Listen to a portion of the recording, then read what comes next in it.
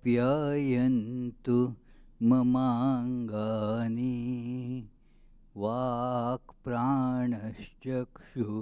श्रोत्रमथो बलमेन्द्रियाणि च सर्वाणि सर्वं ब्रह्मोपनिषदं माहं ब्रह्म निराकुर्याम् मा ब्रह्म निराकरोत् अनिराकरणमस्तु अनिराकरणं मेस्तु तदात्मनि निरते य उपनिषत्सु धर्मास्ते मयि सन्तु ते मयि सन्तु ॐ शान्ति शान्ति शान्तिः।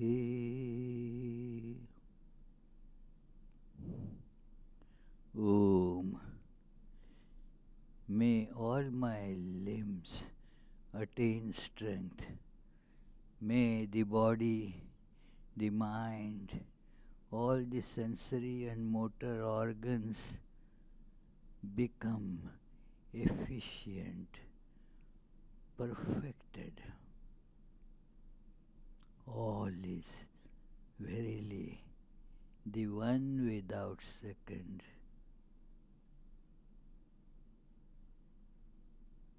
Blissful, luminous, conscious existence itself, called Brahman.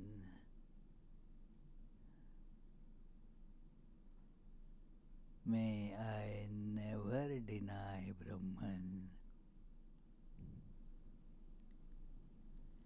May the Brahman never reject me either.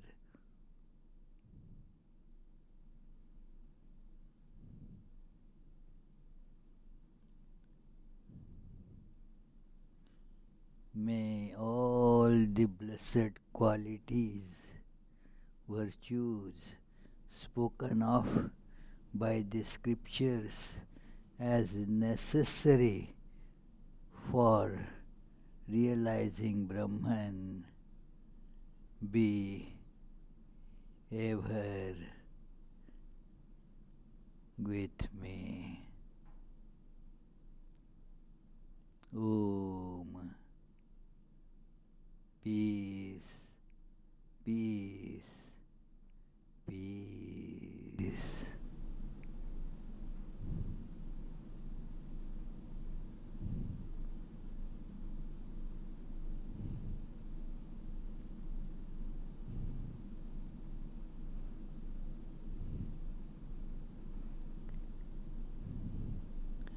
Let us transcend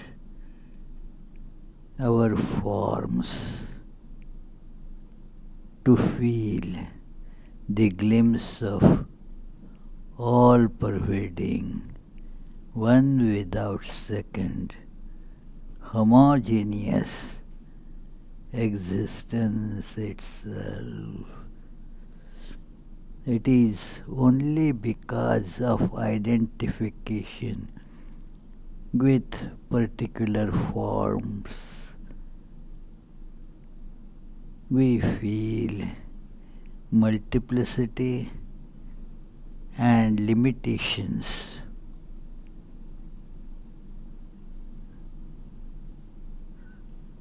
But let us go beyond the forms, just as one goes beyond the forms of animal crackers.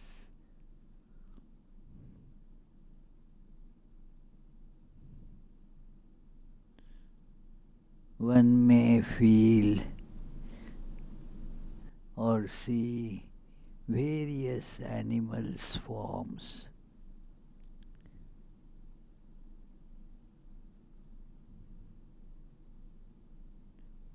But we know that they are all one and the same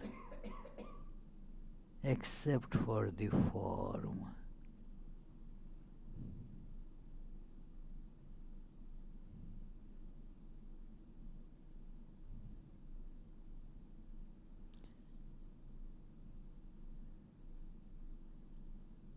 Thus we have to go beyond the limitations of form.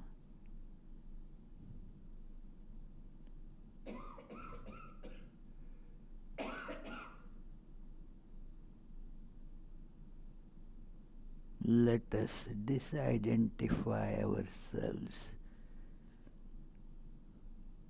with the identity of body, education, profession, family, and so forth.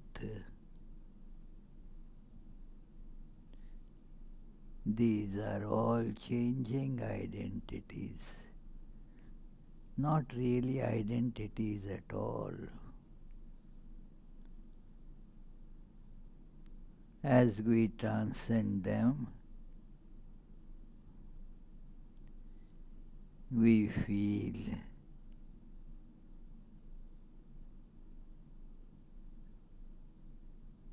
the oneness.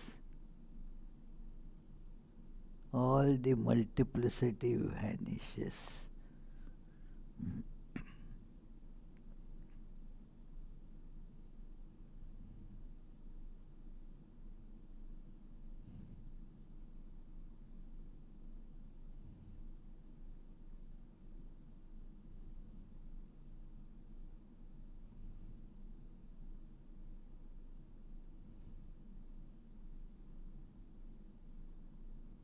The oneness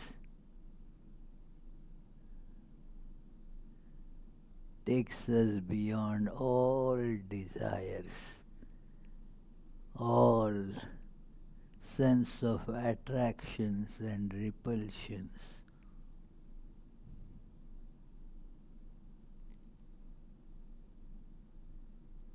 Thus,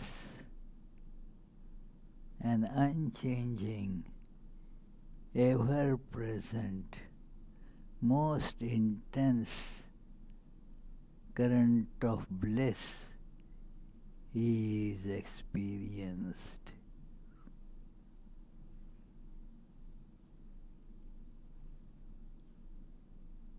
I see. I am free from all limitations.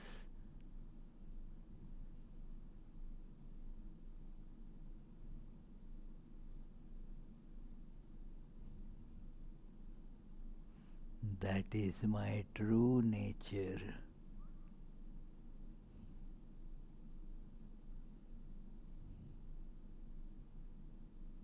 Om. Peace. Peace. Peace.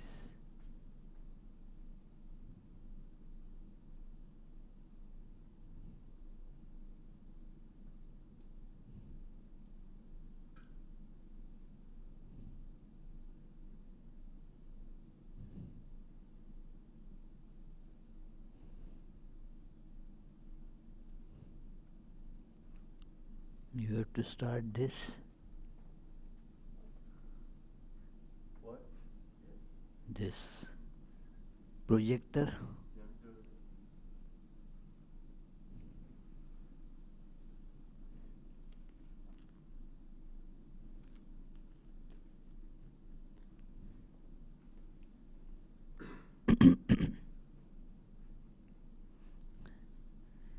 So, dear friends, let us begin today's discussion of Srimad Bhagavatam, a unique scripture because of the extensity and because of the deep dealing with the Upanishadic truths in a very interesting manner of storytelling.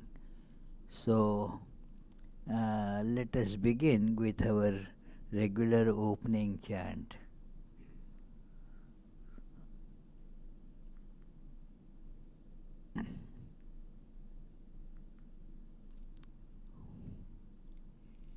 जन्माद्यस्य यतोऽन्वयादितरतश्चार्थेष्वभिज्ञस्वराट् तेने ब्रह्महृदाय आदिकवये मुह्यन्ति यत्सूरयः तेजो वारिमृदां यथा विनिमयो यत्र त्रिसर्गो मृषा धाम्ना स्वेन सदा निरस्तकुहकं सत्यं परं धीमहि.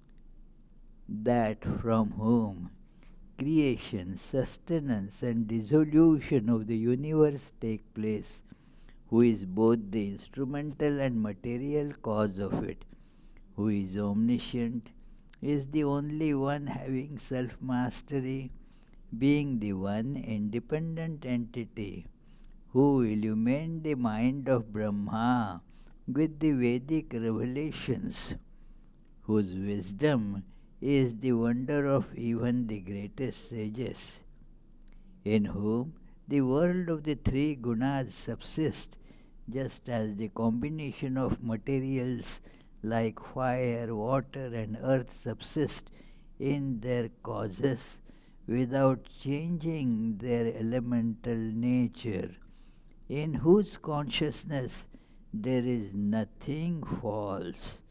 On that truth supreme we meditate.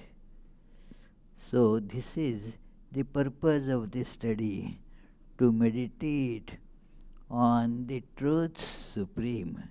So all these wonderful stories, they should be seen from that angle, that we have to meditate on the truth supreme. So from the last class we began the discussion on the lunar dynasty. There are these two branches told of the monarchs, the kings, that there is the solar dynasty, which we saw, in which the culminating important figure was Rama. Then there is the other line of it, two different sons, from one son one line, another son another line.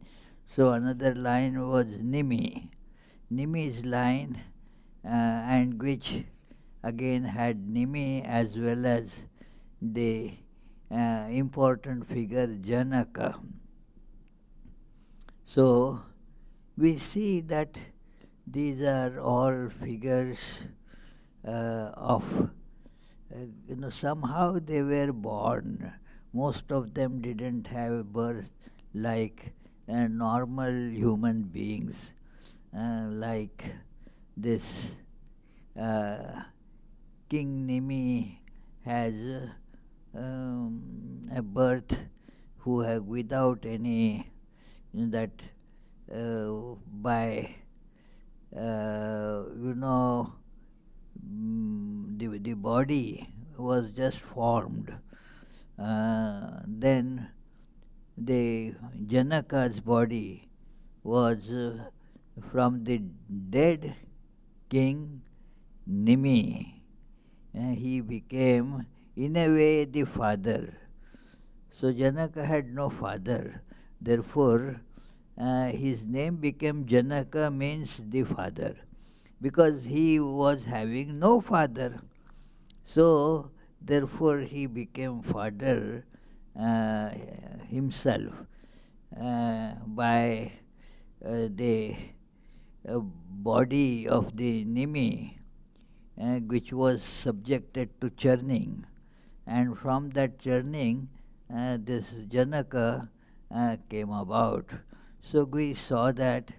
Then there is the lunar dynasty from the daughter of Prajapati or Manu.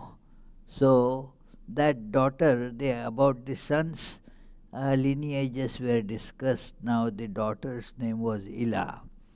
So from Ila was born this son Pururava. Actually, from Ila was born the one daughter that and a son Soma was born, and then the Soma was a very famous big warrior, but then because of arrogance he abducted the wife of Brihaspati and then had a child. That child was Buddha. So, although through war ultimately the wife was restored to Brihaspati, the child that remained with Soma, and the child's name was kept given as Buddha. And this Buddha had this son Buddha and Ila. That Ila was Brahma's daughter. She was married to Buddha. Buddha is like Mercury, the planet Mercury. So what is the meaning of marriage and how the progeny came and all that? These questions cannot be asked at our human plane, nor can ever be answered. So, but the idea is that son, Pururava, so he became very famous, and that Pururava was very charming in appearance, very powerful and wealthy king. So that Urvashi, the heavenly damsel, she was cursed and pushed on the earth, and so she fell infatuated, terribly attracted to Pururava, and Pururava also got attracted to her, and then they both started living together. But this Urvashi had two conditions. One is that uh, she had two rams, and the two rams had to be protected. Uh, carefully protected and cared for. Another condition was that King Pururava, must never appear to her naked except during intercourse. So now this went on till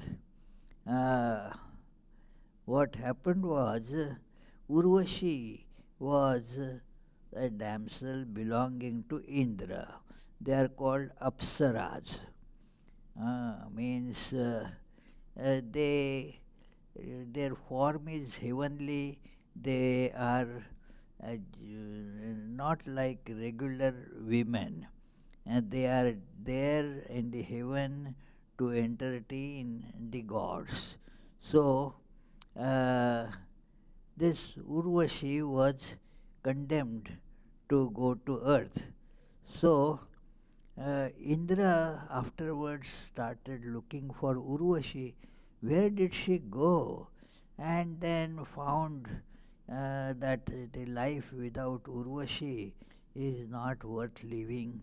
And so he told the Gandharvas, again another form of celestial beings, to find her and fetch her back. So the Gandharvas thought how to do it, and then they thought these rams, if they are stolen, and then Urvashi can be, because these rams were outside, they could find those rams.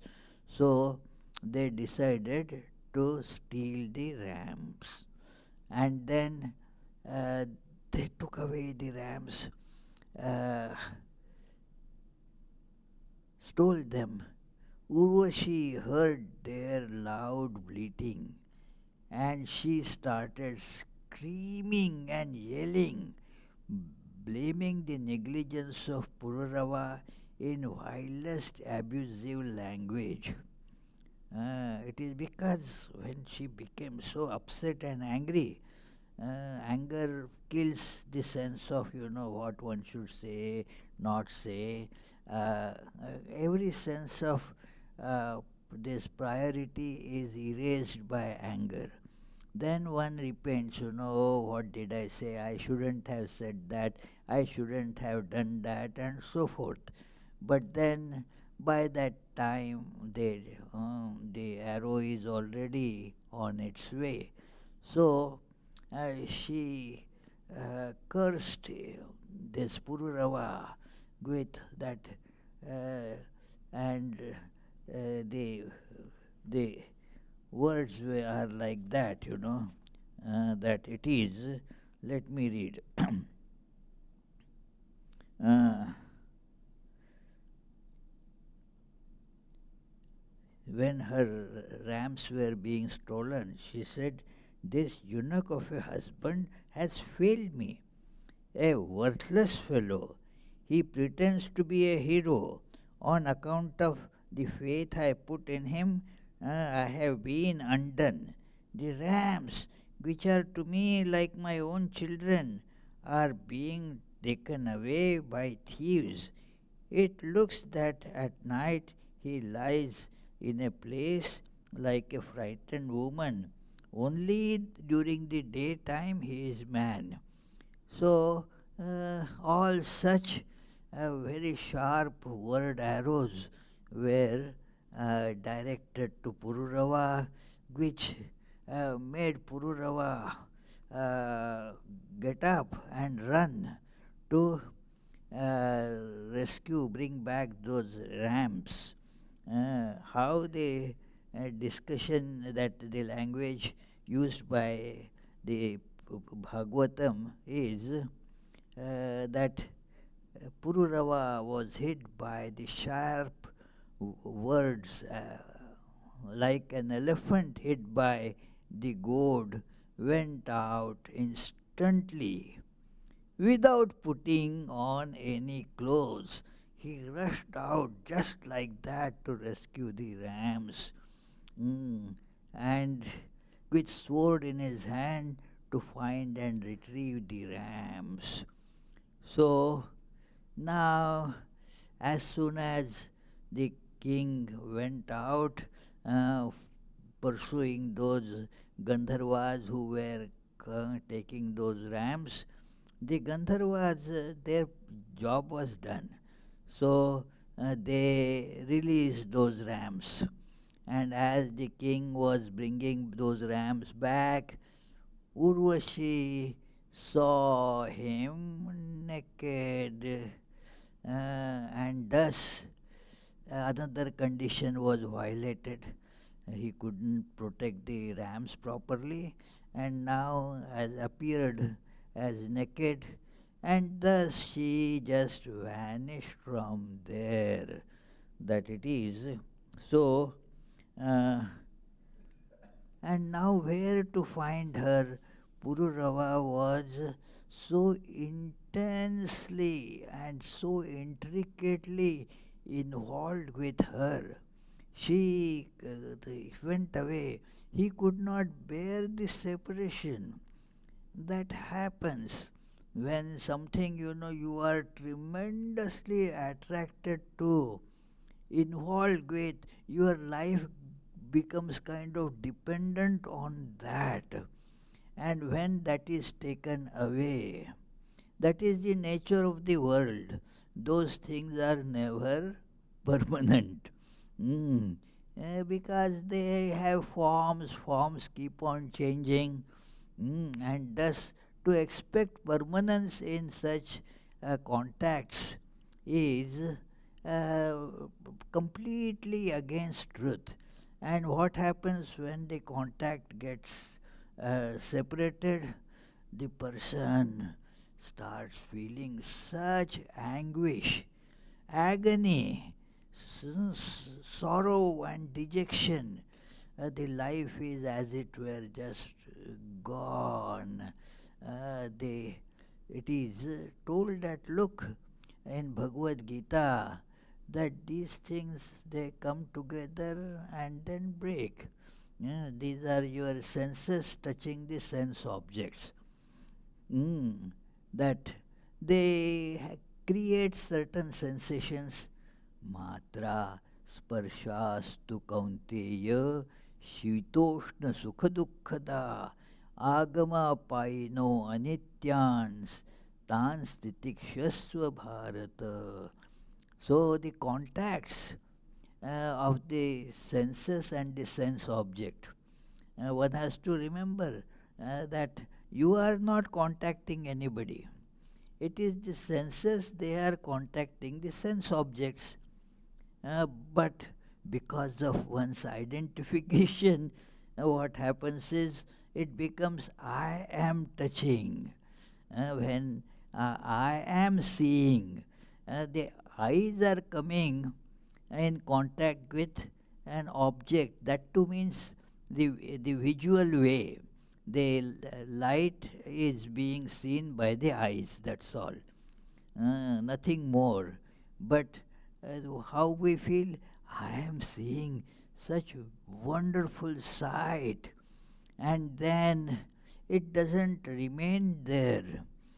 Suppose, like our Jitendra likes to have jalebi.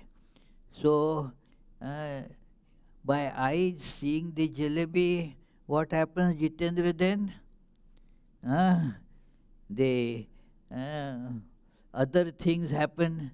The hand proceeds there. The mouth already is salivating, and then that jalebi is put in, and I ate jalebi. Nothing really happened like that, but because of our identification, it all sounds like that. So, and when it is the one organ, when the attraction is sexual, then all five organs are getting involved very intensely, combined way. Imagine, that on all fronts now you are captured there. So, this being the case now, this Pururava became, uh, so dejected, kept on looking for where has she gone, let me find out. And then went on looking for her. Uh, Pururava discovered her at last at Kurukshetra besides the Saraswati river. Ah, that it is. Are you able to read these letters? Good. And he, like a madman, dejected with sorrow, and then what he saw? This Urvashi near the river Saraswati in Kurukshetra was having a lot of merriment going on with five men. So, It is seeing like that. He became more, oh, she left me and came here to enjoy life with her other friends. So, seeing her like that, he spoke to her, bearing his deep infatuation for her. These are very intense words here. That, oh beauty, this excellent body of mine which you have attracted to this distance, this body now, if you do not come to me, will fall, uh, will now fall dead and become food for wolves and vultures. Now Urvashi replied, it is a great lesson of knowledge, that those body can be eaten by wolves and all after it is dead. But the objects that attract us, it is Urvashi tells her about the woman nature. This is not really, don't feel that this is an abusive language used only for women.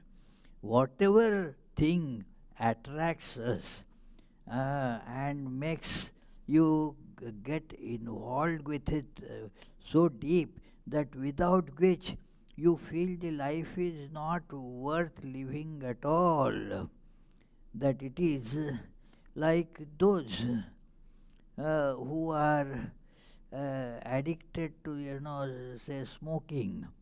If they smoking has to be stopped, they feel what is in their life, now, no smoking at all. So it is like that. It is all dependent on that object. And so what Urvashi is telling now, not exactly about women. Because this man was infatuated with women, she is using this language with women, about women. But this applies to any object that attracts us with such intensity that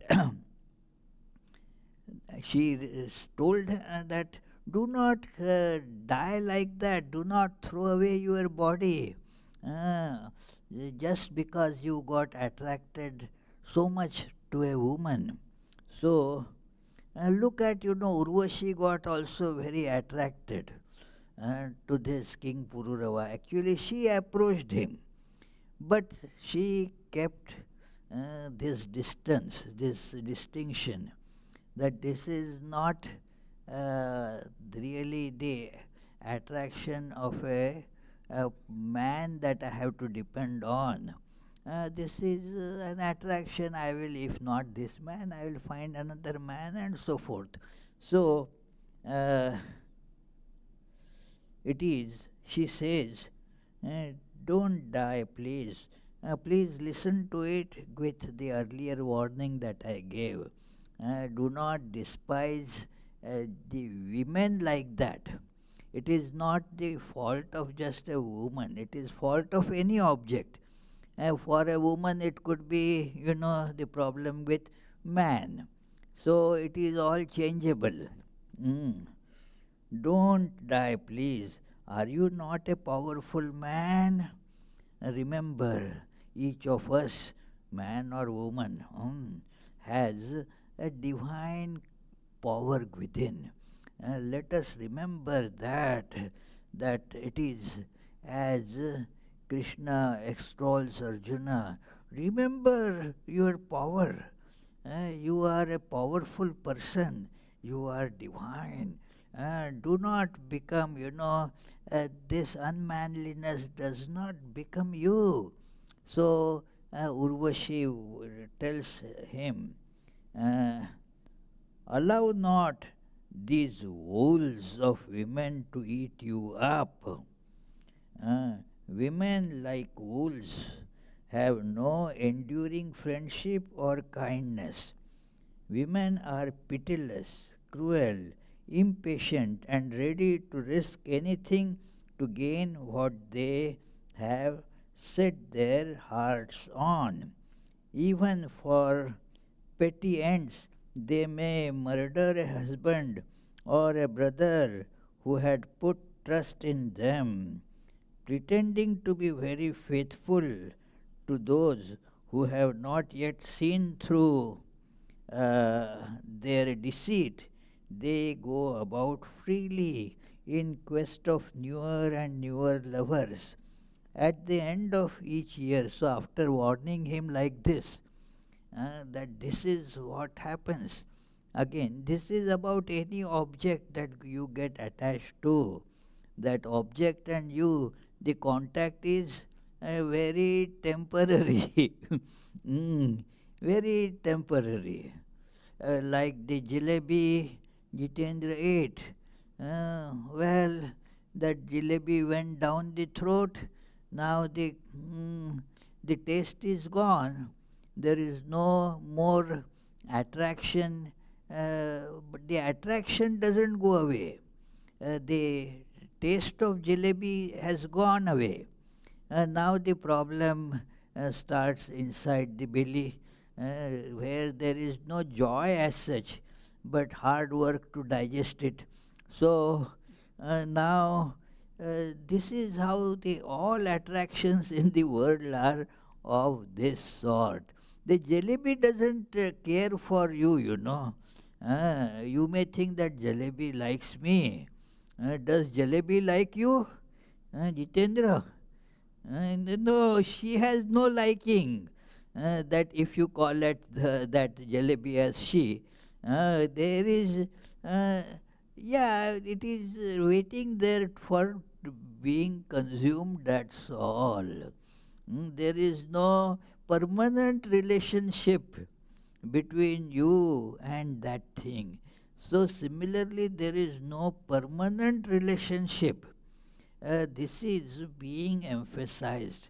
And then said, okay, you can see me once a year at this very spot. And then the king noticed that she is already pregnant. So, and she told that after next year's meeting, then you will, sorry, you will have another child. So it is, and you will have another child, this one and another child. So, thus, this meeting ended there. But it is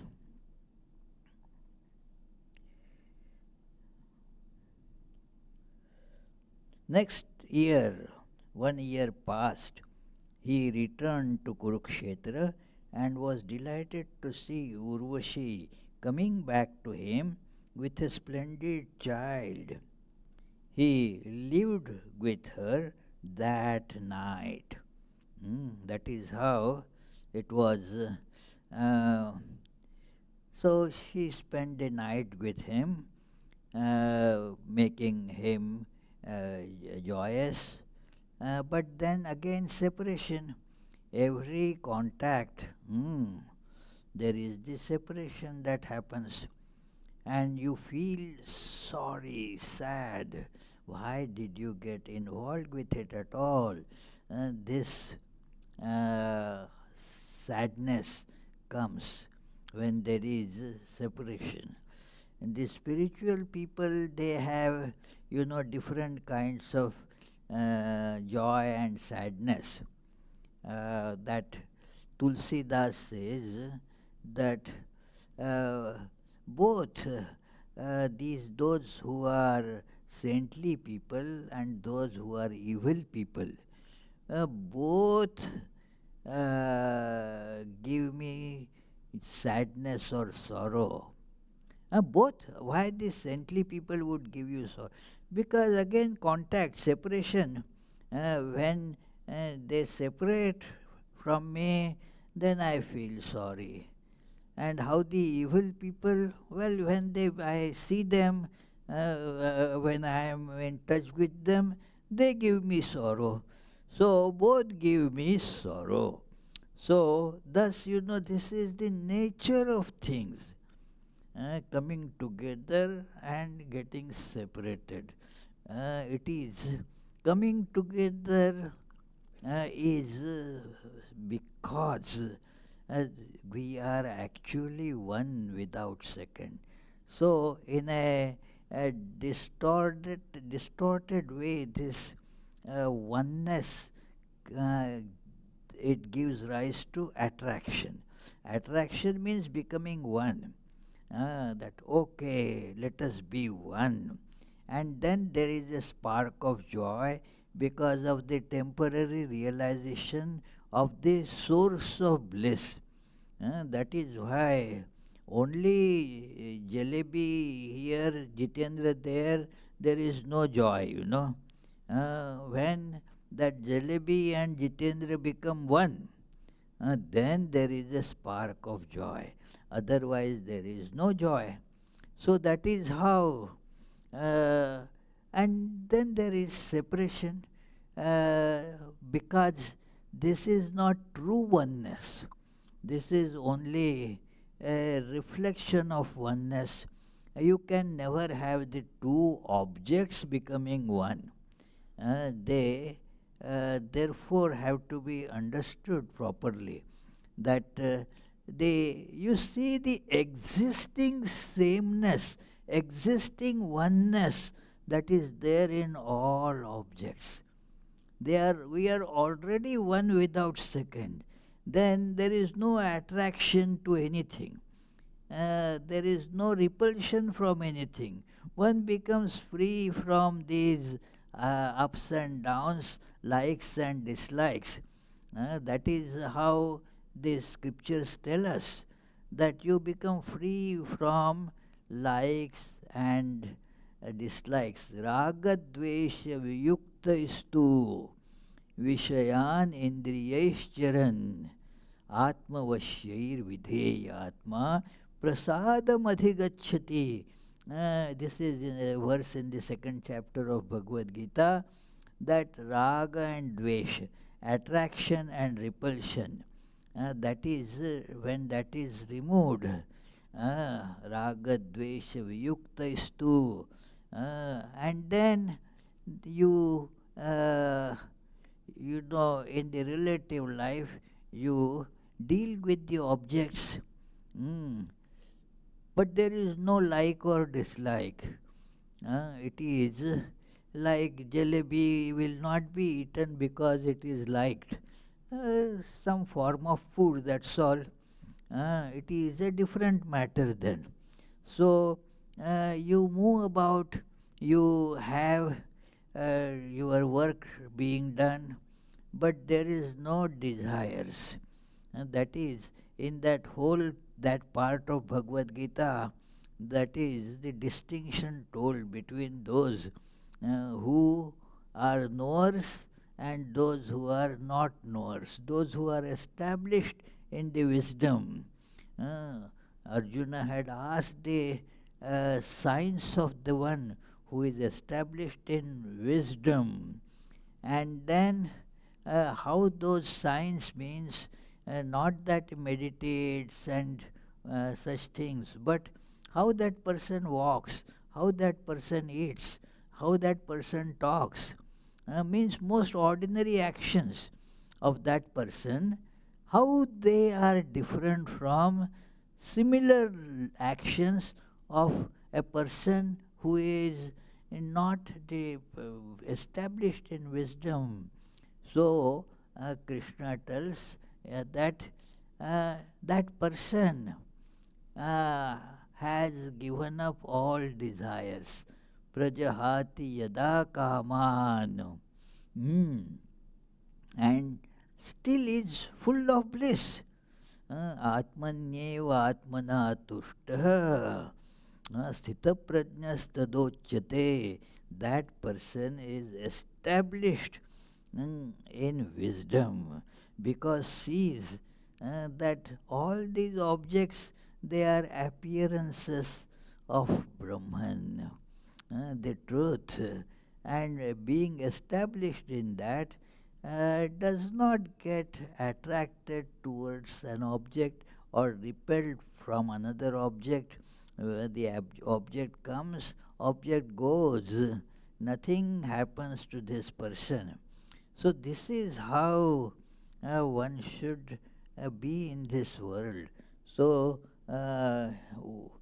Urvashi as much told to Pururava, and uh, that finding him extremely grief stricken at the prospect of separation from her, Urvashi said as follows to that pitiable king. Pitiable, being enslaved by any such object of enjoyment, one becomes the condition, becomes so pitiable. It is then all the talk of knowledge, talk of power becomes completely meaningless. Everything gets surrendered at that object. So that is the condition that happens to a person, a man or woman, when it is all because of these desires. You surrender yourself at the object of desire, because your life, your joy, everything kind of depends now on that, which is such a silly thing. The contacts have to be now broken, gone. Something comes and goes. The life is uncertain. The movements of objects is also uncertain, and it is like waves. One wave hitting another wave, coming in contact with another wave. Well, the contact doesn't last. So, similarly, now she tells, if you want me, then you have to now propitiate the Gandharvas. Uh, and they will be able to give me back to you. Propitiate Gandharvas. Now, this is a very psychologically important tale, that how the life gets transformed. It is uh, being propitiated. Gandharvas gave him a pot to make fire sacrifice, the fire pot that was given. He thought that they have given her Urvashi. How could he think like that? One, I don't know. But because of infatuation, doesn't work. So it is thus. Uh, the Gandharvas were pleased, and they gave him a fire pot wherein he could keep the fire for performing the rituals for obtaining Urvashi. So the Gandharvas will not give, but they will give you the means using which you can get it. Now, he then kept the fire pot in the forest and went home. Every night he spent meditating on her. Meditating on her. Now that object is now getting transformed. Gradually layers and layers of that object are, as it were, transcended. Meditation is transcendence. You go beyond what appears. That is meditation. It is, and you see Brahman, because that object is really actually what it is. It is Brahman. So, but you have to transcend the appearance. Meditation means that. Seeing, interacting is opposite of that. Uh, Holding on to the apparent this or that object alone, not seeing the truth behind. So meditation is exactly opposite. In meditation, the object as such uh, loses its shape, loses its that power to attract you. You become now involved with the real nature of that object. That is meditation. It is. So, if, for example, the Guru gives mantra to repeat, now, as you repeat, what happens? The sound of that mantra gets gradually transcended. It is because the sound is for helping you to concentrate, but then the meaning of the mantra starts becoming manifest in you. It is, I remember, I asked my Guru, the great Swami who initiated, showered his grace on me, Swami Vireshwarananda. So uh, I committed a folly of asking him, what is the meaning of this mantra? And his answer a bit, mystical, that uh, when you keep on repeating the mantra, what you start seeing, that is the meaning of the mantra. Brahman, God is the meaning of that mantra. But how it happens? Through meditation. Not that you write down meaning of this mantra, and that is not the meaning. The mantra, when repeated in the proper way, feeling the truth behind, then you get that truth. That is the meaning of the mantra. So the king started meditating. And then there comes, this is now how the Vedas got revealed to him. And the knowledge, it is told the three Vedas got revealed to him. It is told here that this is the transition from the Satya Yuga or Krita Yuga. It is the Krita Yuga is also called Satya Yuga. How it becomes Treta Yuga. Treta Yuga, where the Vedas get uh, formed separately. It is told here that in Krita Yuga the Veda was only one. But in Treta Yuga, now you have three Vedas. In many earlier great books like Bhagavad Gita, the Vedas are told to be three. In the ninth chapter, this comes repeatedly that the three Vedas, Rig, Yaju, Sama. Atharva Veda is not included in that. So, Trai, it is called Trai, three Vedas. So, these three Vedas kind of appeared. That the three Vedas dealing with rituals dawned at the start of Treta Yuga. So, this Pururava is at the juncture of Satya Yuga and Treta Yuga. There is the junction. So he performed those rituals. He now went to the place where he had kept the fire pot and saw nearby an ashwatha tree growing as a graft from the bottom of a shami tree. Desires of attaining to the realms of Urvashi. Now, Urvashi has been transformed. Now this is, he is not thinking of a woman that is going to fulfill his sexual or sensual desires.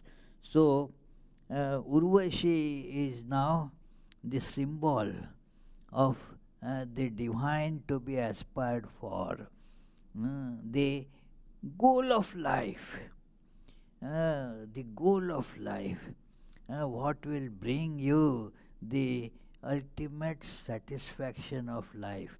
So he made two fire sticks with that ashwatha for lighting a sacrificial fire.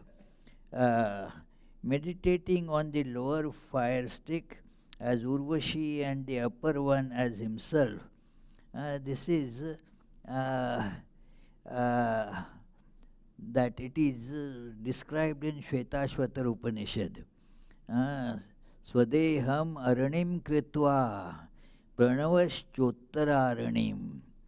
That this is not some arbitrary sticks, but now think of those sticks as that one is the goal, Brahman, and that what needs is to be transformed is our body consciousness.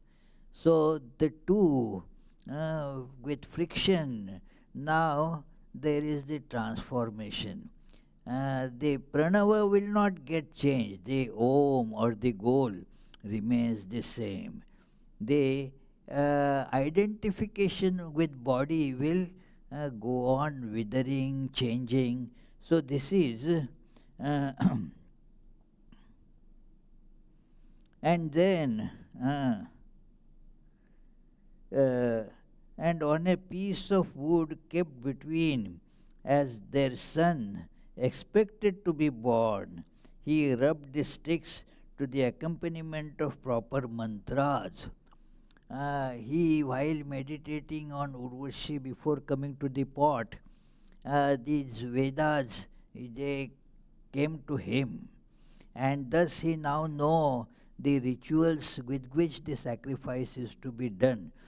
From those he knew various those mantras of performing the sacrifice, and this uh, from this rubbing of the fire sticks came the sacrificial fire or Jata Veda. The Jata Veda means the source of all knowledge, that is born with knowledge, Jata Veda.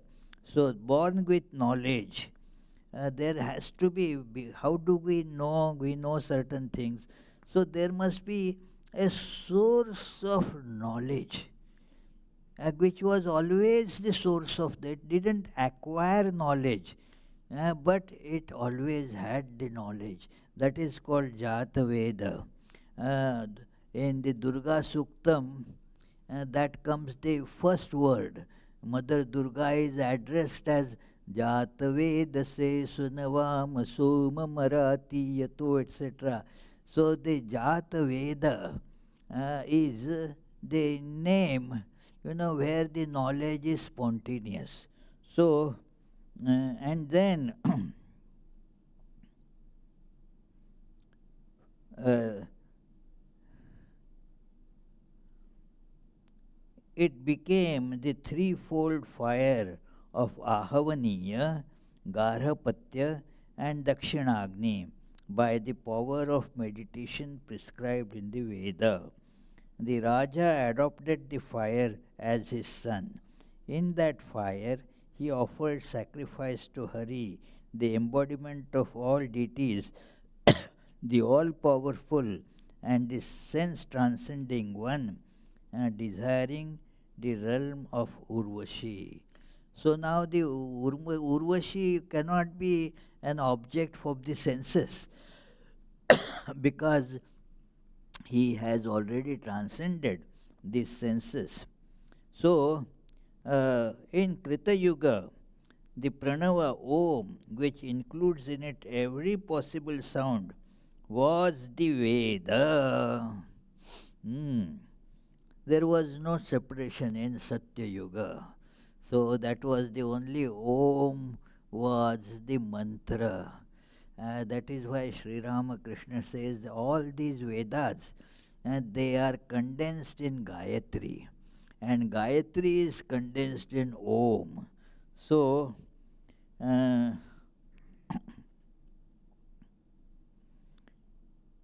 and the deity too was one only, and that is Narayana. So also Agni or sacred fire, and the Varna or human community were all single.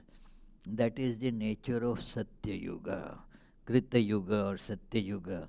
It was at the beginning of Treta Yuga only the one Veda became three by the action of Pururavas.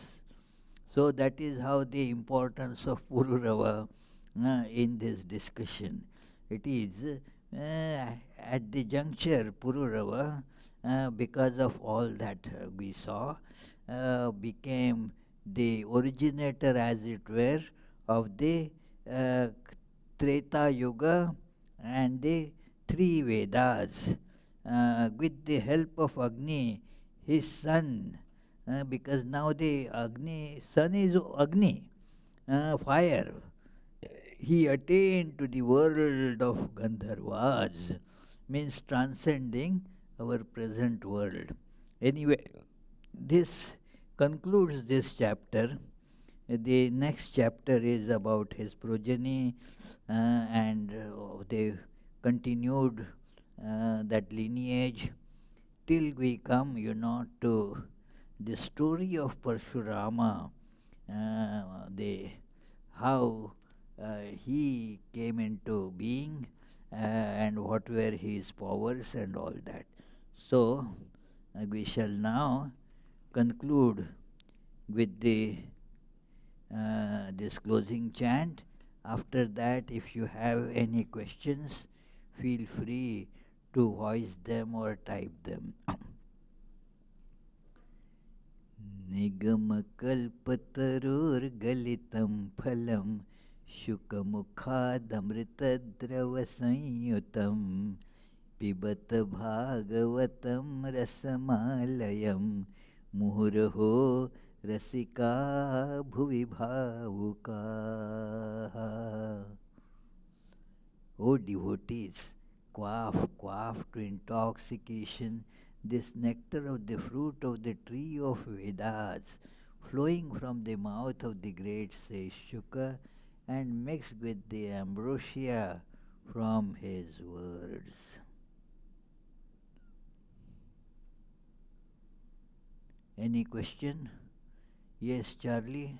Does this mean you can meditate on anything you're attracted to and you'll find Brahman?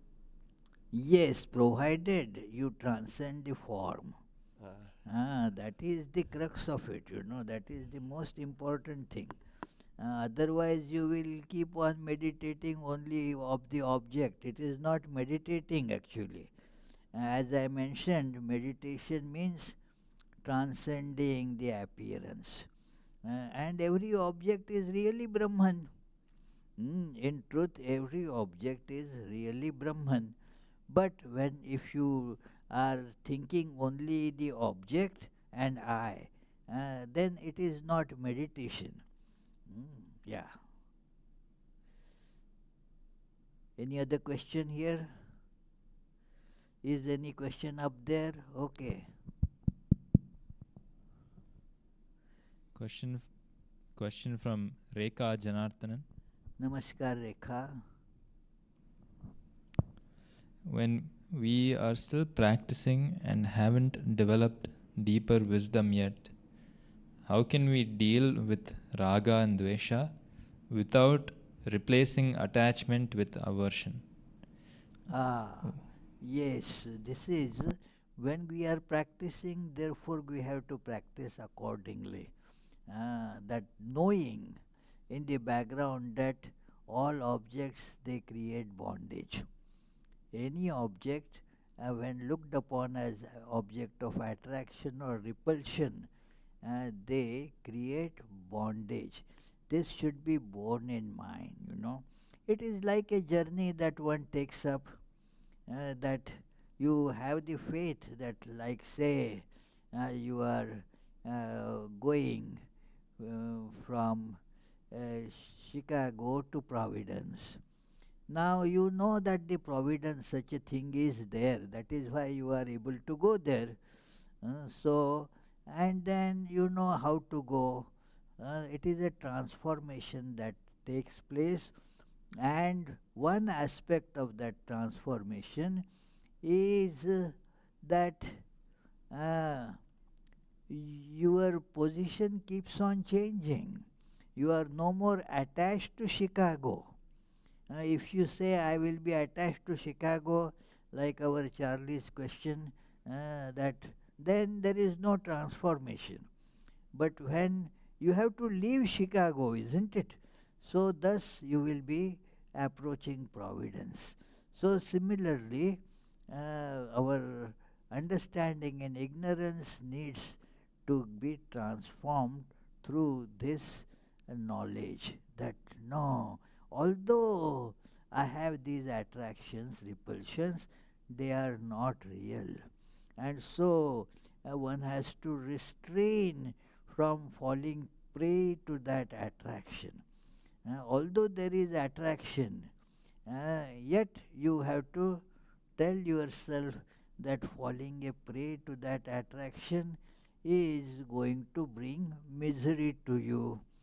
So, and thus you have to protect yourself. Like Jitendra gets attraction for jalebi, but he restrains. No, I will not have that jalebi because it is not doing good to me. So, uh, thus that is how a spiritual aspirant should lead the life. Any other question? So let us conclude with the uh, closing chant. Mukund Madhav Govind बोल, केशव माधव हरि हरि बोल. मुकुंद माधव गोविंद बोल, केशव माधव हरि हरि बोल. हरि हरि बोल, हरि हरि बोल, हरि हरि बोल, हरि हरि बोल. कृष्ण कृष्ण बोल, कृष्ण कृष्ण बोल, कृष्ण कृष्ण बोल, कृष्ण कृष्ण बोल. मुकुंद माधव गोविंद बोल, केशव माधव हरि हरि बोल. केशव माधव हरि हरि बोल.